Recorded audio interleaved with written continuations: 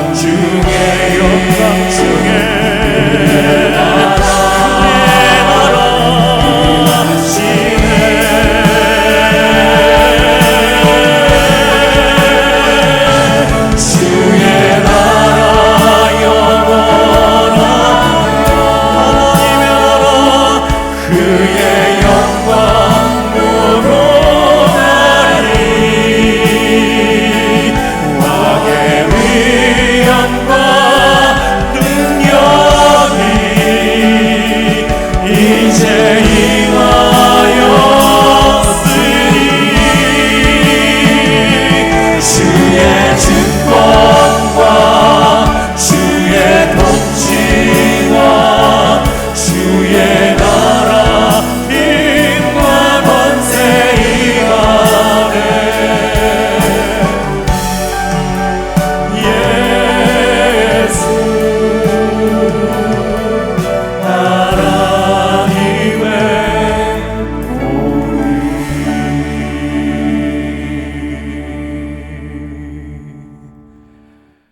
자, 이제 내일부터는 우리 고난주간이 시작합니다. 주님께서 우리에게 오심과 또 십자가의 그 고난과 또 부활하심을 우리가 묵상하며 나가는 이 예배 됐으면 좋겠습니다. 오늘 우리가 함께 또 올린 찬양들은요, 오래전에 나온 찬양인데 절기 찬양이기 때문에 절기만 부르기 때문에 자주 못 불렀던 찬양인 것 같아요. 근데 저는 이 찬양 부를 때마다 너무너무 이 찬양이 제 가슴 가운데 또 주님의 사랑들이 제 가슴 가운데 이렇게 막 부딪히는 것 같아요. 오늘 이 찬양할 때 잘 모르시더라도 이 가사를 생각하면서 주님께서 여러분을 만나주신 그 시간들을 생각하면서 주님의 십자가를 묵상하며 나가는 귀한 시간 됐으면 좋겠습니다.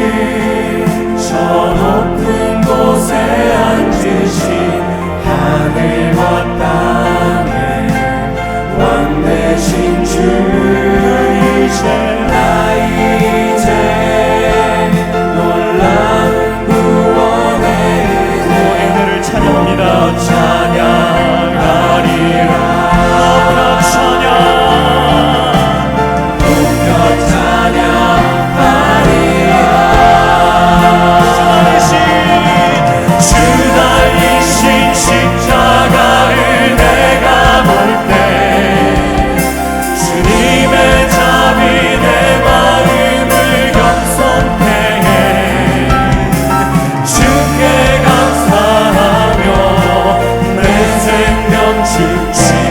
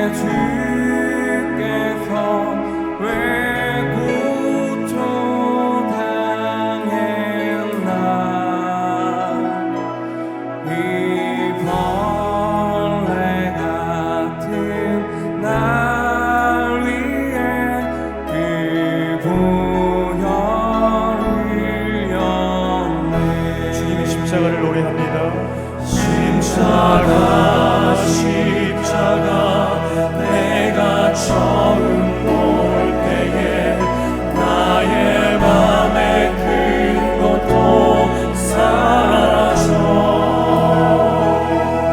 오늘 믿고서 내 눈 밝았네 참 내 기쁨 영원하도다 주 십자가 못 박힘은 속죄하나니까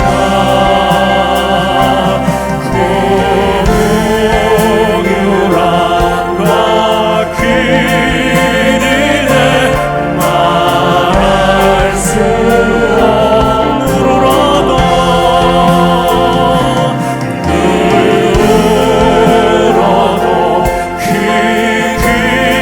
그리네 다 갚을 수 없네 나 주님께 못 맞춰서 주의 이름 이 십자가를 고백하며 노래합니다 십자가 내가 처음 볼 때에 나의 맘의 큰 것도 사라져 오늘 믿고서 내 눈 밝았네 참 내 기쁨 십자가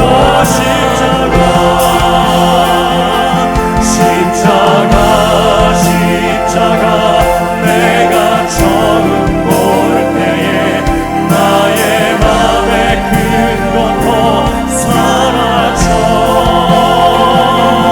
오늘 믿고서 내 눈 밝았네 참 내 기쁨 영원한 오늘 믿고서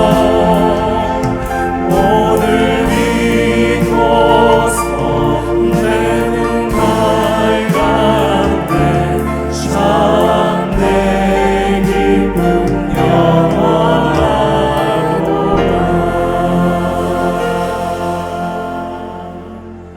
함께 기도하겠습니다. 주님의 십자가의 보혈로 말미암아서 하나님 내가 구원을 받고 하나님 이 세상을 살아갈 수 있는 넉넉한 힘을 주심을 감사드립니다.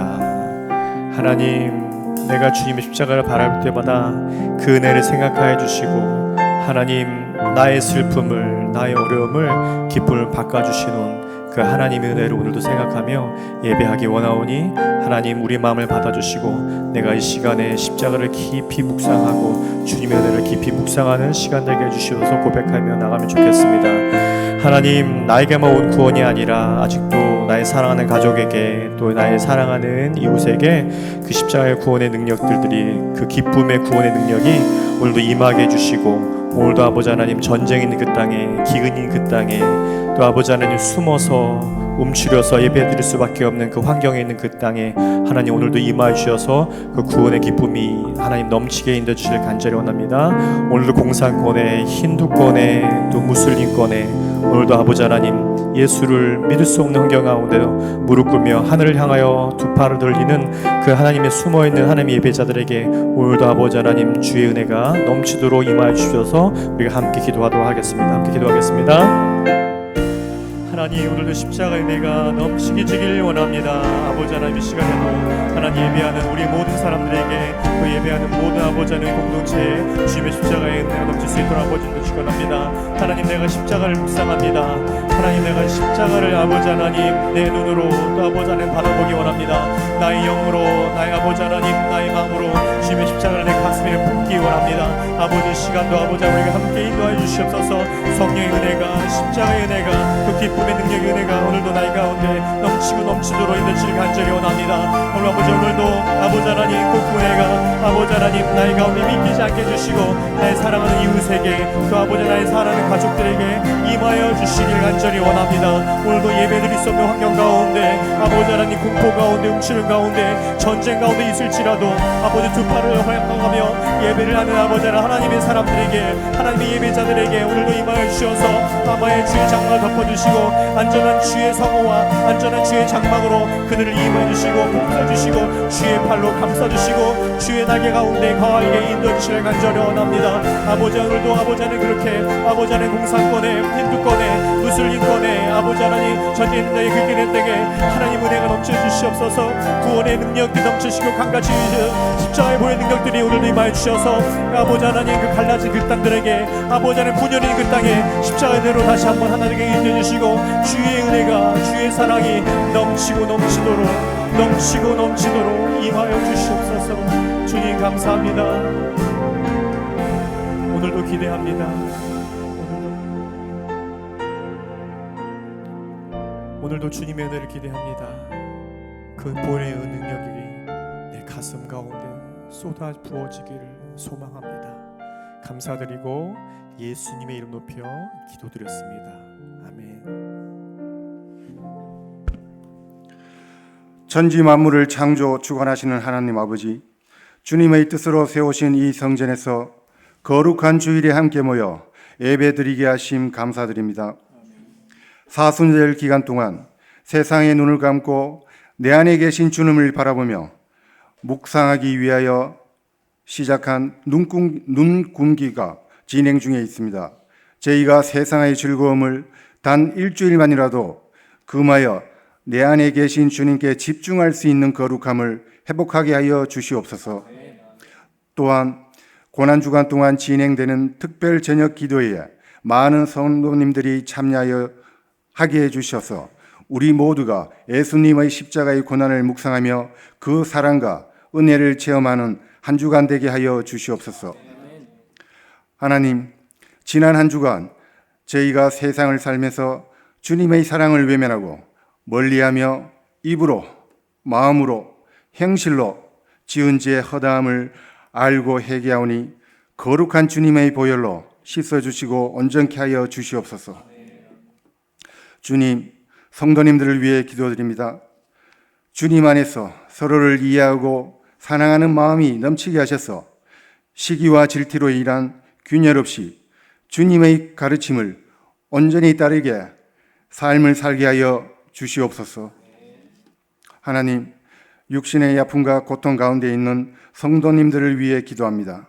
주님의 보혈로 정결케 하시고 치유의 은혜를 내리셔서 빠른 계유가 있게 하시며 각자 맡은 바 사명을 잘 감당하여 좋은 열매를 맺게 하여 주시옵소서. 이 모든 말씀 예수 그리스도의 이름으로 기도드립니다. 아멘. 우리 신앙을 고백합니다. 나는 전능하신 아버지 하나님, 천지의 창조주를 믿습니다. 나는 그의 유일하신 아들 우리 주 예수 그리스도를 믿습니다. 그는 성령으로 잉태되어 동정녀 마리아에게서 나시고 본디오 빌라도에게 고난을 받아 십자가에 못 박혀 죽으시고 장사된 지 사흘 만에 죽은 자 가운데서 다시 살아나셨으며 하늘에 오르시어 전능하신 아버지 하나님 우편에 앉아 계시다가 거기로부터 살아있는 자와 죽은 자를 심판하러 오십니다. 나는 성령을 믿으며 거룩한 공교회와 성도의 교제와 죄를 용서받는 것과 몸의 부활과 영생을 믿습니다. 아멘. 아멘.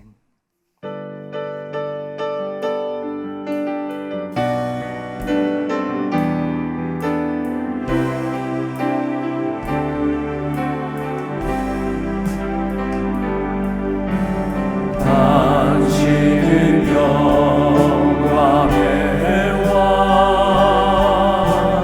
당신은 평강의 왕,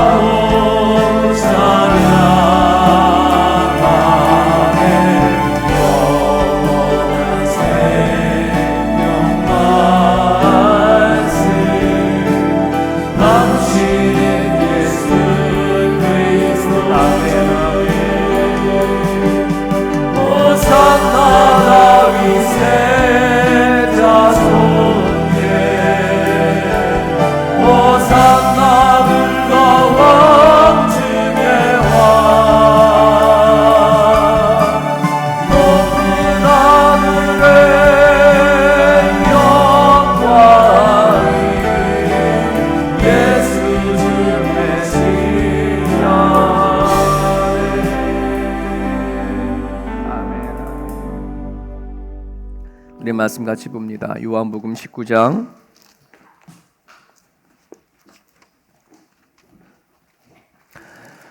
요한복음 19장 우리 23절부터 27절까지입니다.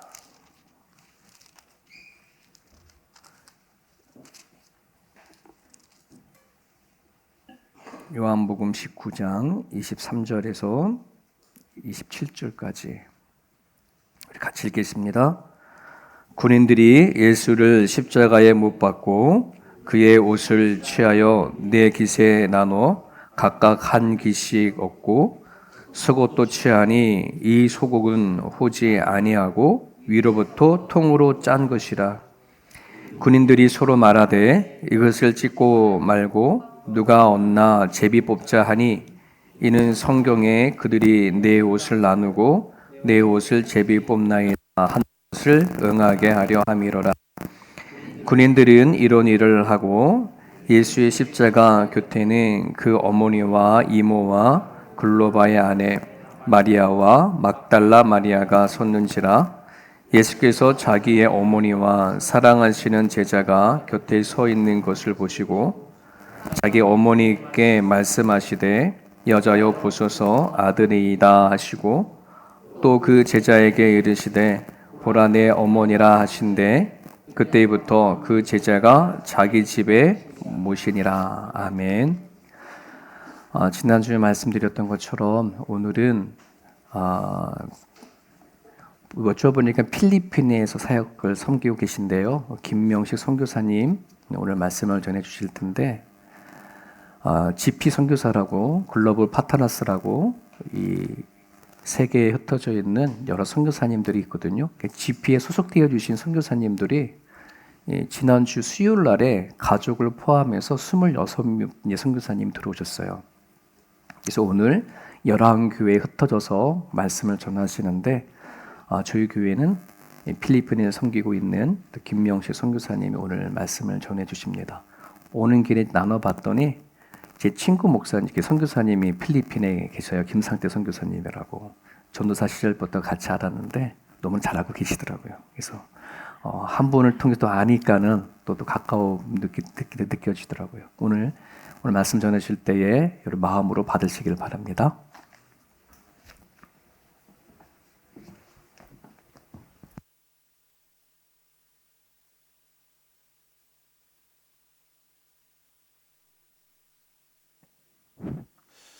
네, 여러분 반갑습니다. 필리핀에서 사역하고 있는 김명식 선교사라고 합니다. 특별히 이렇게 귀한 주일 강단을 또 비워주시고 또 저를 세워주셔가지고 얼마나 감사한지 모르고 또 큰 부담이 생깁니다. 이전에 목사님 그 설교 영상을 제가 미리 보고 예배 장면을 이렇게 보고 왔었는데 찬양도 너무 은혜롭게 또 뜨겁게 잘하시고 또 목사님도 말씀을 너무 잘 전하셔가지고 교회 주일 예배에 제가 혹시나 배가 되는 것이 아닌가 하는 그런 부담감을 가지고 서게 되었습니다. 하나님께서 새롭게 또 힘을 주시고 은혜 주실 줄 믿습니다. 아멘. 제가 말씀을 나누기 전에 간단하게 사역에 대해서 먼저 보여드리고 소개를 잠깐 나누고 나서 말씀을 전하겠습니다. 네, 저희 교회 우리 아이들입니다. 저는 크게 세 가지 사역을 감당하고 있는데 글자가 십빛 서머나 교회라고 현지인 교회 사역을 감당하고 있고 그리고 동남아시아 신학교 이제 얼마 전에 이름이 바뀌었습니다. 로고스 신학교라고 거기에서 신학교 교수 사역을 하면서 8년째 가르치고 있고 그리고 라구나 지역 저희가 있는 그 주가 라구나인데 그 라구나 지역의 현지 목회자들을 대상으로 또 정기적으로 세미나를 개최하고 있습니다. 십빛 서머나 교회 저희 주일 예배 시간입니다. 그리고 1년에 한 2번 정도 조그만한 금액이지만 이렇게 장학금을 수여하고 있습니다. 그리고 지난 2월 달에 7주년을 맞이해 가지고 감사 예배를 하나님 앞에 드렸습니다. 코로나 때문에 사실 2년 정도 저희가 필리핀에 들어가지 못하고 또 개인적으로 그 수술 받을 게 있어가지고 수술 받고 또 치료하는 과정 통해서 한 2년 정도 들어가지를 못하고 예배를 제대로 못 드렸는데 그래도 교인들은 여전히 저희들을 또 기다리고 있고 또 예배를 사모하는 그런 교인들이 많았습니다. 그래서 다시금 하나님 앞에 모여서 예배를 드리게 되었습니다. 실제는 이제 7주년이지만 한 2년 정도 빠지면 한 5년 정도 된 교회입니다. 그리고 로고스 신학대학교 신학교 전경인데 거기서 제가 8년째 사역을 하고 있습니다. 그러니까 학생들을 대상으로 신학 과목들 또 성경 과목을 가르치고 있는데 이번 학기에는 성경 해석학 과목을 가르쳤습니다. 그리고 목회자 아카데미 조금 전에 말씀드렸듯이 지역교회 목회자들을 대상으로 필리핀의 그 목회자들은 신학 교육을 제대로 받지 못하고 사역을 하는 경우가 많습니다. 그래서 교회에서 훈련받아서 리더로 세워진 분들이 그냥 목회자로 이렇게 세워져서 하는 경우가 많아서 신학 교육을 제대로 받지 못했는데 이분들을 모시고 매주마다 월요일마다 모여서 아침부터 오후까지 함께 또 말씀을 나누고 또 교육하는 그런 시간들을 가지고 있습니다. 네, 크게 세 가지 사역에 대해서 말씀을 드렸습니다. 네, 오늘 우리가 살펴볼 본문은 요한복음 안에 나옵니다. 요한복음은 요한이 기록한 복음입니다. 이 복음서에는 네 종류가 있습니다. 마태, 마가, 누가, 요한. 이 복음서는 예수님의 행적과 예수님의 가르침에 대한 내용을 다루고 있습니다. 그런데 왜 복음서는 네 개의 복음서가 있습니까? 같은 내용을 가지고 기록을 하니까 복음서가 한 가지만 있으면 될 것 같은데 왜 굳이 네 개의 복음서가 필요한가? 여러분, 복음서는 역사 기록입니다. 실제 일어난 일을 기록한 역사입니다. 그래서 우리가 역사라고 할 때 이 역사는 크게 두 가지 종류가 있습니다. 사실로서의 역사가 있고 해석으로서의 역사가 있습니다. 사실로서의 역사는 사실, 그 팩트를 있는 그대로 다루는 것이고 해석으로서의 역사는 그 사실과 더불어서 이 역사가 기록자가 해석을 넣는 경우입니다. 그래서 역사를 있는 그대로 사실만을 기록해야지 왜 해석이 들어가는가 이해하기 힘든 부분이 있습니다. 여러분, 역사는 모든 사실을 기록할 수가 없습니다.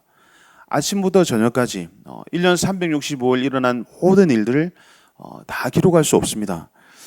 그래서 요한복음 21장 25절 말씀해 보시면 예수께서 행하신 일이 이외에도 많으니 만일 낱낱이 기록된다면 이 세상이라도 이 기록된 책을 두기에 부족할 줄 아노라. 예수님이 행하신 일들을 모두 다 기록한다면 이 세상 어디에도 그것을 둘 수 없을 정도로 엄청난 그 분량의 기록이 있을 것입니다. 그래서 기록자, 역사가는 모든 사실을 다 기록하는 것이 아니라 강조하고자 하는 그 주제를 따라서 사건들을 선별하고 그것을 다시금 배열합니다. 그래서 네 개의 복음서는 각자의 강조점이 있기 때문에 시간 순서대로 다 기록된 것이 아닙니다. 그래서 어느 복음서에서는 빠진 기록이 다른 복음서에는 그것이 포함이 되어 있습니다. 그러니까 역사에는 동일한 사실에 대해서 역사가의 해석 그리고 관점이 포함되어 있습니다. 우리가 잘 아는 구약의 대표적인 역사서는 열왕기상하와 역대상하입니다. 이스라엘의 그 왕들, 유다의 왕들의 그 역사를 기록한 책입니다. 물론 역대기는 이 창조부터 고레스 칙령까지, 그러니까 바벨론 포로 귀환 시대까지를 다루고 있지만 전반적으로 비슷한 시기를 다루고 있습니다. 그런데 왜 이 두 종류의 역사서가 필요합니까? 열왕기상하는 북이스라엘이 왜 멸망하게 되었는가, 그 원인을 밝히기 위해서 북이스라엘을 중심으로 기록이 되었습니다. 그 반면에 역대상하는 하나님이 택하신 진정한 하나님의 나라, 그 하나님 나라의 혈통, 그 왕조는 다윗 왕조다. 그래서 다윗 왕조를 중심으로 해서 하나님 나라가 어떻게 확장되고 보존되어 가는가 하는 것을 보여줍니다. 그러다 보니까 북이스라엘의 이야기는 다루지 않고 남유다를 중심으로 그렇게 기록되고 있습니다. 동일한 사실이라 할지라도 어떤 관점으로 기록하느냐에 따라서 해석이 바뀔 수 있습니다. 요한은 요한복음을 기록할 때 역사적인 사실에 대해서 요한의 어떤 해석을 가미했습니다. 요한이 의도한 주제에 따라서 사건을 집어넣기도 하고 그것을 제외하기도 한 것입니다. 여러분, 복음서는 해석된 역사임과 동시에 문학적인 형식을 띠고 있습니다. 그 중에 특별히 이 복음서의 장르는 이야기입니다. 내러티브입니다. 성경이 문학이다라고 이야기하면 어떤 분은 그렇다면 성경이 사람이 만들어낸 허구가 아닌가? 성경을 하나님이 쓰신 것이 아니라 인간의 작품이라는 말인가? 그렇게 오해할 수 있습니다. 그러나 실제로 성경 안에는 이야기나 비유나 시나 수필, 서신 같은 것, 그리고 묵시문학 등 여러 가지 어떤 문학적인 양식을 띠고 있습니다. 여러분, 왜 성경이 문학의 형식으로 기록이 되어 있습니까? 성경은 하나님의 감동, 하나님의 영감으로 기록되었습니다. 하나님께서 기계적으로 모든 내용을 인간 저자에게 다 주입시켜서 로봇처럼 프로그램화해서 성경을 기록한 것이 결코 아닙니다. 하나님께서 인간의 그 저자의 지식의 정도나 어떤 직업이나 환경이나 문화, 그 사람의 모든 것을 활용해서 성령께서 역사하심으로 유기적으로 기록된 그것이 바로 성경입니다. 그래서 하나님께서 성경 말씀을 처음 성경 저자를 통해서 드러내셨을 때 그것을 받아들이는 최초의 독자들이 있었습니다. 그들은 하나님의 계시 말씀을 직접적으로 접했기 때문에 그 당시의 역사라든지 어떤 문화적인 배경 아래서 쉽게 받아들이고 이해할 수 있었습니다. 그런데 오늘날의 독자는 어떻습니까? 오늘날은 성경이 처음 기록되었을 때와는 시간적으로 그리고 거리적으로 문화적으로 언어적으로 엄청난 차이가 있습니다. 그래서 모든 단계를 뛰어넘어야만 오늘날 우리에게 주시는 그 성경의 본래 의미를 이해할 수가 있습니다. 하나님께서는 오늘날 우리에게 성경을 제대로 이해하실 수 있도록 만들어 두신 장치가 있는데 그것이 바로 문학입니다. 그런 장치가 만약에 없다면 성경을 우리가 제멋대로 해석하기 때문에 하나님께서 성경 본문에 어떤 문학적인 문법적인 요소들, 문맥을 통해서 원래 의미를 오늘날 우리에게 정확하게 이해할 수 있도록 그렇게 만들어 두신 겁니다. 그래서 우리가 성경을 이해하기 위해서는 본문 안에 어떤 문학 장치, 어떤 문장들 사이에 문법적인 요소가 있는가, 그리고 문맥이 어떠한가, 이런 것들을 파악하는 것이 너무너무 중요합니다. 우리가 성경을 해석하기 위해서 성경 한 구절을 읽고 기도하는 가운데 하나님, 이 구절의 뜻이 무엇입니까? 하나님 말씀해 주십시오. 그러면 꿈과 환상을 통해서 하나님께서 우리에게 뜻을 알려주십니까? 하나님은 충분히 그렇게 하실 수 있지만 하나님은 그런 방식으로 우리에게 해석을 주시지 않습니다. 오늘 하나님께서는 성경의 본문 안에 있는 그런 문학 장치를 통해서 우리가 본문의 뜻을 알고 하나님의 뜻을 알 수 있도록 그렇게 만드셨습니다. 그러므로 성경 본문을 해석할 때 어떤 문학 장치, 어떤 문맥, 어떤 문법적인 요소가 있는지를 제대로 우리가 파악을 해야만 본문의 의미를 바르게 이해할 수 있습니다. 제가 서두에 이렇게 말씀드리는 이유가 오늘 우리가 읽은 이 본문 안에 문학 장치, 어떤 문법적인 요소가 있기 때문에 그렇습니다. 그것을 찾아보면 오늘 본문의 의미가 더욱더 확실하게, 확연하게 우리에게 다가옴을 알 수 있습니다. 오늘 본문 말씀은 우리가 너무나 잘 아는 내용입니다. 예수님이 십자가상에서 구속적인 죽음을 앞두고 계실 때 하셨던 말씀들 중에 하나입니다. 다른 복음서에서는 십자가라는 이 말이 여러 장에 걸쳐서 나타납니다. 그런데 요한복음에서는 십자가라는 말이 한 번도 나오지 않다가 오늘 본문 19장에 들어서야 십자가라는 말씀이 나오고 있습니다. 그 앞에서는 십자가의 고난과 죽음에 대해서 암묵적으로 표현을 하고 있지만 요한은 19장 한 장 안에서만 십자가라고 하는 그 직접적인 표현을 쓰고 있습니다. 그러다 보니까 십자가에 대해서 더욱더 집중하게 됩니다. 그 십자가를 이야기하면서 예수님이 십자가에 못 박히시는 장면이 오늘 본문을 중심으로 나오고 있습니다. 오늘 본문은 다른 복음서와는 다르게 요한이 의도적으로 강조하는 부분이 있습니다. 먼저 23절, 본문 23절 말씀을 보시면 군인들이 예수를 십자가에 못 박고 그의 옷을 취하여 네 기세에 나누어 각각 한 기씩 얻고 속옷도 취하니 이 속옷은 호지 아니하고 위에서부터 통으로 짠 것이라. 여기 군인들이 예수님의 옷을 나눴다고 나오고 있습니다. 여러분, 여기에서 군인들이 몇 명이 나옵니까? 직접적으로 숫자는 밝히지 않지만 우리는 본문을 통해서 유추해 볼 수가 있습니다. 어떻게 알 수 있습니까? 그의 옷을 취하여 네 기세에 나누어 각각 한 기씩 얻고, 여기서 나오는 기시라고 하는 말은 파트, 몫이라는 뜻입니다. 그러니까 옷을 몇 부분으로 나눈 겁니까? 네 부분으로 나눴습니다. 그러면 군인들이 몇 명이라는 말입니까? 네 명이라고 추측할 수가 있습니다.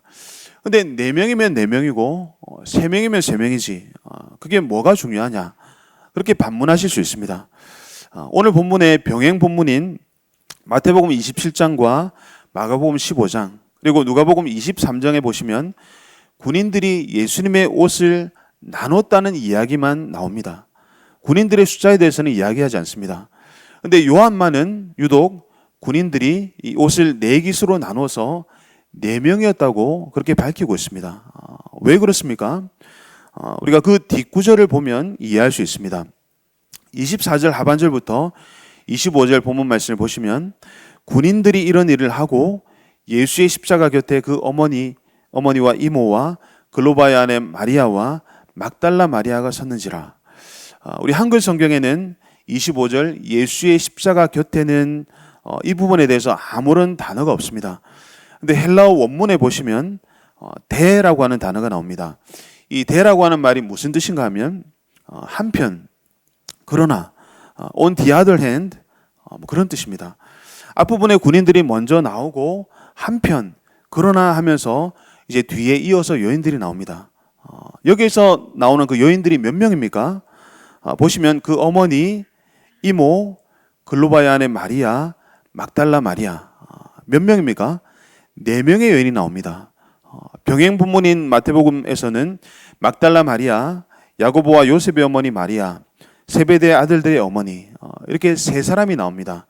그리고 마가복음에도 세 명이 기록되고 있고 누가복음에는 그냥 여자의 큰 무리 그렇게만 나옵니다.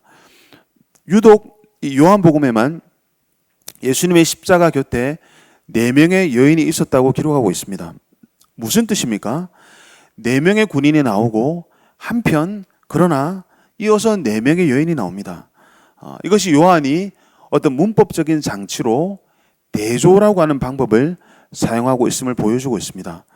군인들과 여인들을 분명하게 대조시키고 있습니다. 예수님의 십자가 현장에서는 두 부류의 사람들이 있었습니다. 군인들 그리고 여인들입니다. 예수님의 십자가가 요한복음에 처음 나오는 장면에서 두 부류의 사람들을 이야기합니다. 예수님의 십자가 앞에서 이 땅의 모든 인류는 이 두 가지 반응을 보입니다. 군인들과 같은 반응, 그리고 여인들과 같은 반응입니다. 인류의 죄를 대속하기 위해서 구속적 죽음을 담당하시는 그 예수님 앞에서 군인들은 무엇에 관심이 있었습니까? 예수님의 옷에 관심이 있었습니다. 그들은 예수님의 십자가에 대해서 아무런 감흥이 없이 그저 눈앞에 보이는 이익을 위해서 물건을 나누고 제비를 뽑는 사람들이었습니다. 예수님의 십자가 곁이라는 동일한 장소, 동일한 상황에 있었지만 그들은 결코 같은 부류의 사람들이 아니었습니다. 사랑하는 여러분, 어떤 사람들이 군인들입니까? 여러분, 문제는 오늘 우리도 얼마든지 군인들과 같은 사람이 될 수 있습니다. 우리가 군인과 다르다, 나는 군인이 아니다 라고 생각하는 데서 문제가 생깁니다. 오늘날 교회 안에도 동일하게 군인과 같은 사람들이 있습니다. 예수님의 복음의 현장, 하나님 앞에 예배가 드려지고 하나님의 말씀이 선포되는 동일한 장소, 동일한 상황에 있음에도 불구하고 여전히 우리의 목적이, 우리가 바라보는 그것이 물질이라고 한다면 오늘 우리도 군인이 아니겠습니까? 예수를 믿는다고는 하지만 주님 앞에 나와서 정기적으로 예배를 드리고 성경 공부를 하고 열심히 봉사를 하고 시간을 내어서 전도하고 또 다른 나라에 나가서 선교를 한다고 하지만 예수님이 어떻게 하면 나를 통해서 영광을 받으시고 어떻게 하면 나의 삶을 통해서 하나님이 높아지실 수 있을까? 어떻게 하면 그리스도 예수의 십자가 그 복음이 내 삶을 울리고 내 삶을 변화시키고 나를 통해서 세상 사람들의 가슴을 울리게 할 수 있을까? 그런 고민을 하고 몸부림치는 삶이 아니라 예수님을 우리의 성공, 우리의 물욕, 우리의 명예욕을 위해서 이용하고 있는 것이 아닙니까? 하나님 앞에 나와서 매일 기도는 하지만 우리의 기도는 어떻습니까? 주님, 제 사업이 좀 잘 되게 해주십시오. 직장에서 승진하게 해주십시오. 자녀가 잘 되고 좋은 대학에 가고 좋은 기업에 입사해서 돈을 많이 벌고 세상에서 성공하기를 원합니다. 날마다 우리는 더 많이 못 가져서 한다라고 더 많이 누리지 못해서 가슴 졸이는 삶을 살고 있지 않습니까? 그렇다고 한다면 여러분, 우리가 예수님의 십자가의 현장에 있으면서도 거기에 대해서 무관심하고 그저 예수님의 혼 나누기에만 혈안이 된 그 군인들과 무슨 차이가 있습니까? 사랑하는 여러분, 안타까운 이야기지만 선교지 상황도 거의 비슷합니다. 교회를 개척해서 교회가 어느 정도 성장을 하게 되는데 성도들이 예수님의 그 십자가의 대속적 죽음으로 인해서 우리가 가지게 된 그 하나님의 자녀라고 하는 그 놀라운 신분에 대해서 감사하고 감격해하고 기뻐하고 그것을 사람들과 나누는 데 관심이 있으면 좋겠지만 실상은 어떻게 하면 선교사를 통해서 더 많은 물질을 누릴 수 있을까? 거기에 관심을 가진 사람들이 너무나 많다는 겁니다. 그래서 교인이 많은 교회를 가보면 선교사가 선물을 많이 주고 많이 베푸는 경우가 대부분입니다. 그래서 매주일마다 쌀을 퍼주고 간식을 나누고 장학금을 주고 방학이 되면 선교지 아이들을 데리고 한국으로 데려가서 많은 경험을 하게 하고 그런 교회를 가면 교인들이 엄청나게 많습니다. 왜 그렇습니까? 많은 것들을 얻을 수 있기 때문에 그렇습니다. 그래서 제가 교회 개척 때부터 생각했던 것은 너무 많이 나누지 말자. 꼭 필요한 최소한의 간식이나 행사를 통한 선물을 나누는 것은 우리는 하고 있습니다. 그리고 장학금도 적은 금액이지만 1년에 2번 나누고 있습니다. 근데 풍족하게 하지는 않습니다. 가급적이면 많이 주려는 것이 아니라 적게 주려고 합니다. 왜 그런가 하면 많이 주면 더 많은 것을 기대하게 되고 결국 교회에 나오는 목적이 물질이 되어버리기 때문에 그렇습니다. 그리고 앞으로 선교사는 언젠가는 선교지를 떠나게 될 텐데 선교사가 떠나고 나면 교인들이 확 줄어듭니다. 그때부터 많은 것들을 누리지 못하기 때문에 그렇습니다. 그래서 결국 교회는 하나도 없이 다 사라지고 교회 건물만 덩그러니 남는 경우가 여러분 선교지 가보면 실제로 많이 있습니다. 물질에 눈이 멀고 물질을 추구하게 되면 그렇게 됩니다. 그래서 물질에는 힘이 있습니다. 그래서 우리 주님은 뭐라고 말씀하십니까? 마태복음 6장 24절에 한 사람이 두 주인을 섬기지 못할 것이니 보기를 미워하고 저를 사랑하거나 보기를 중히 여기고 저를 경히 여김이라. 너희가 하나님과 재물을 겸하여 섬기지 못하느니라. 우리 예수님이 재물에 대해서 물질에 대해서 많이 말씀하신 이유가 있습니다. 물질은 우리의 마음을 빼앗는 힘이 있습니다. 오늘 우리도 군인들이 아닙니까? 물질의 마음이 빼앗겨서 주님을 소홀히 하고 있지는 않습니까? 그리고 또 하나의 부류가 있습니다. 그들은 바로 여인들입니다. 이 여인들은 예수님의 십자가 곁에까지 따라온 사람들입니다.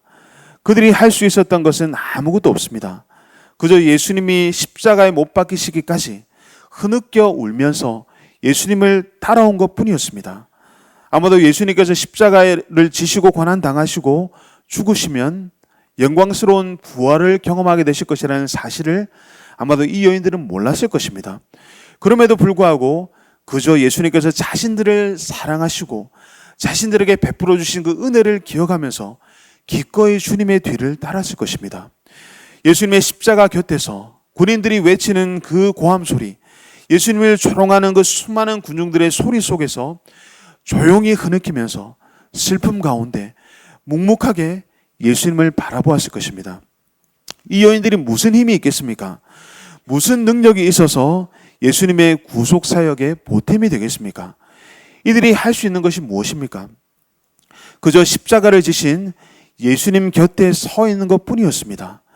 예수님이 고난당하시는 그 현장에 함께하는 것이 이 여인들이 할 수 있는 유일한 일이었습니다. 사랑하는 여러분, 오늘날 교회는 무엇으로 세워집니까? 힘이 있는 사람, 돈이 있는 사람, 명예가 있는 사람, 그들을 통해서 교회가 세워집니까? 그분들을 통해서 물론 교회를 화려하게 건물을 세울 수는 있습니다. 그러나 여러분, 교회는 건물이 결코 아닙니다. 교회는 예수를 주로 고백하는 사람들 한 사람 한 사람이 교회고 그 사람들이 모인 것이 바로 교회의 공동체입니다. 그래서 교회는 힘으로 세워지는 것이 결코 아닙니다. 교회는 물질을 통해서 화려하고 대단한 것으로 이루어지는 것이 결코 아닙니다. 여러분, 교회는 예수님의 십자가 그 현장에 있는 사람들, 예수님의 십자가 곁에 서 있는 사람들을 통해서 세워지는 것입니다. 아무런 힘이 없고 아무런 명예도 없고 내세울 만한 이름도 없지만 십자가의 예수님과 더불어 함께하는 그 사람들 한 사람 한 사람을 통해서 교회가 세워지는 것입니다. 하나님의 말씀이 선포되고 복음이 선명하게 드러나는 그 현장에 묵묵히 참여하는 사람들, 주님이 고난받으시는 것이 바로 이 추악한 나 한 사람을 위한 것이라는 사실을 깨닫고 눈물로 주님을 따르는 사람들, 그들을 통해서 하나님의 말씀이 이루어지고 교회가 세워지는 것입니다. 사랑하는 여러분, 오늘 예수님이 여인들, 특별히 이 어머니 마리아를 향해서 뭐라고 말씀하십니까? 본문 26절 말씀입니다. 26절을 한번 보시면 예수께서 자기의 어머니와 사랑하시는 제자가 곁에 서 있는 것을 보시고 자기 어머니께 말씀하시되 여자여 보소서 아들이니다 하시고, 여자여 보소서 아들이니다. 여기 여자여라고 하는 말이 나오는데 이 말을 다른 곳에서 보신 기억이 납니까? 가나 혼인잔치에서 포도주가 다 떨어져 갈 때 어머니 마리아가 예수님을 향해서 말합니다. 저들에게 포도주가 없다. 그러자 예수님께서 마리아를 향해서 뭐라고 말씀하십니까? 예수께서 이르시되 여자여 나와 무슨 상관이 있나이까? 내 때가 아직 이르지 아니하였나이다. 가나 혼인잔치는 예수님의 첫 번째 표적입니다. 다른 복음서에는 기록되지 않고 요한복음에만 오직 나오는 기록입니다.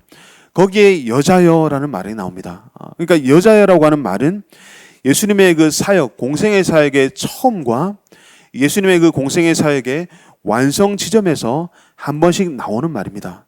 예수님의 공생의 첫 번째 표적인 물로 포도주를 만드신 사건에서 여자여, 그리고 예수님의 공생의 마지막 그 구속 사역의 완성을 향해 가는 그 십자가 상에서 여자여.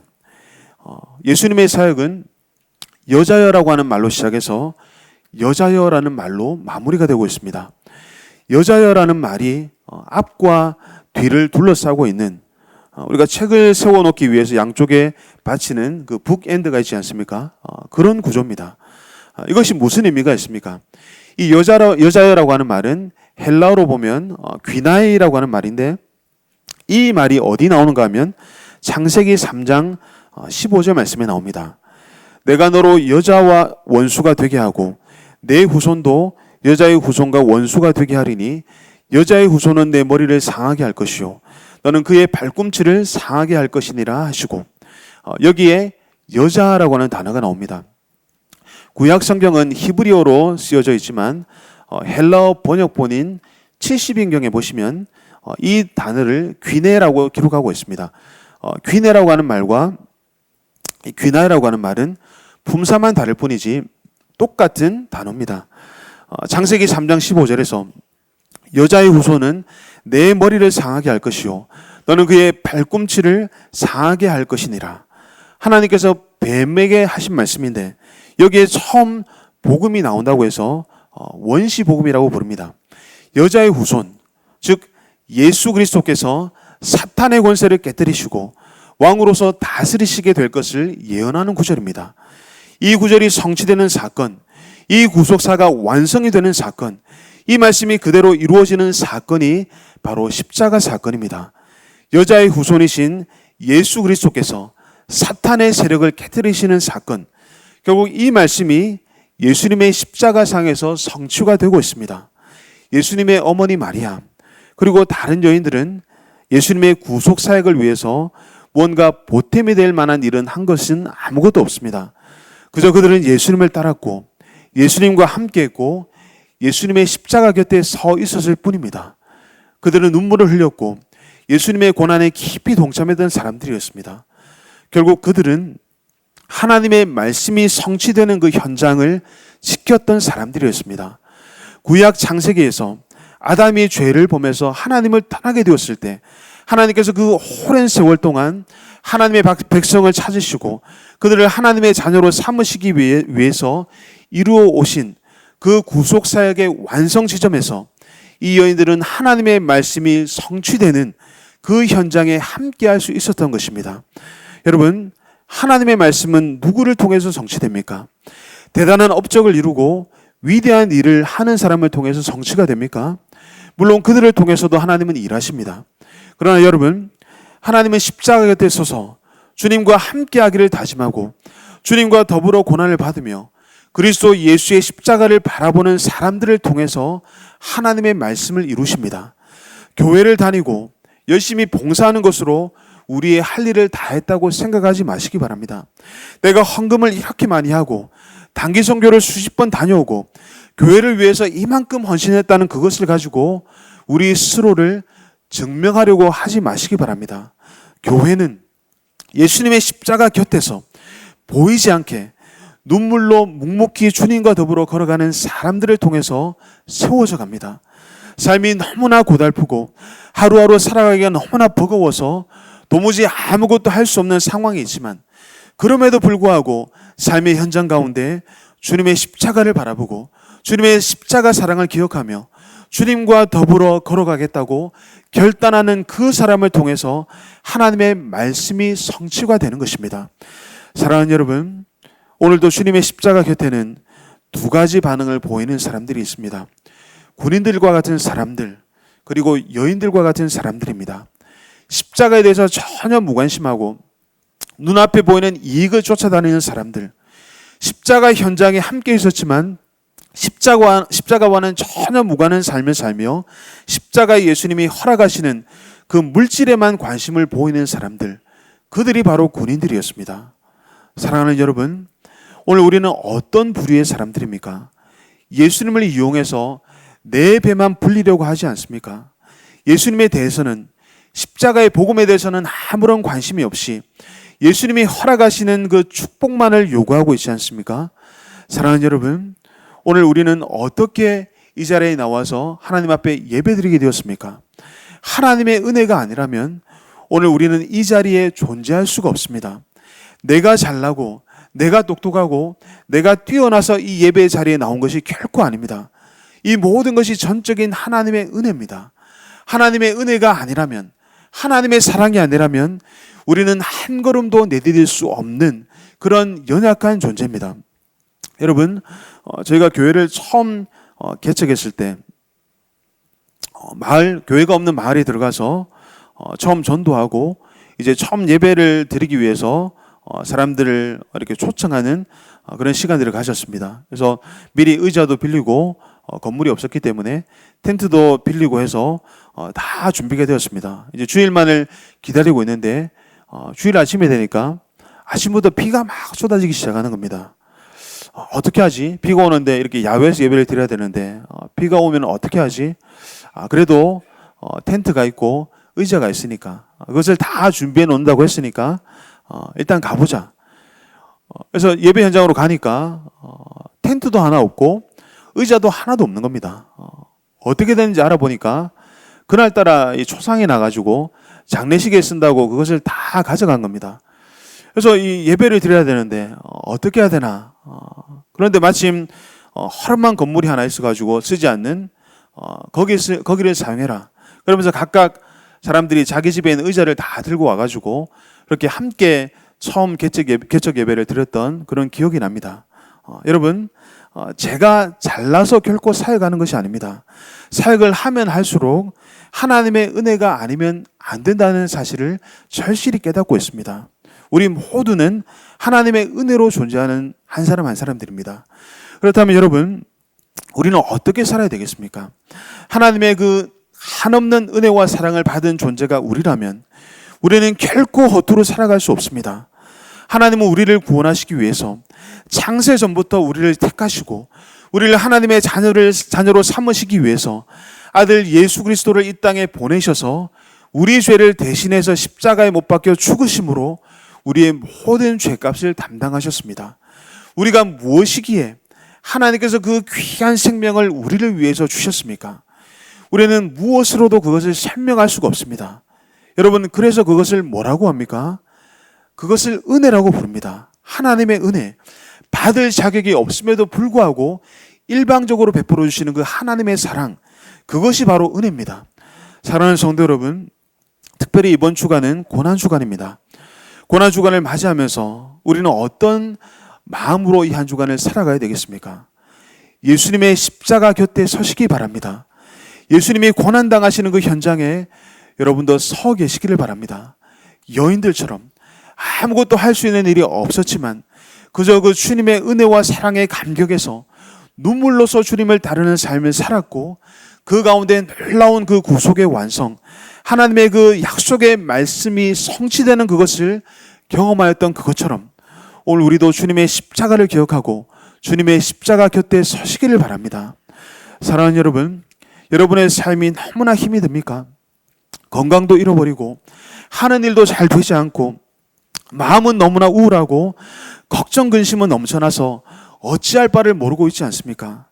우리의 상황이 어떠하든지 우리의 문제가 어떠하든지 거기에 관계없이 우리를 위해서 고난당하시고 죽임당하신 예수님을 기억하며 그분 곁에 서시기를 바랍니다.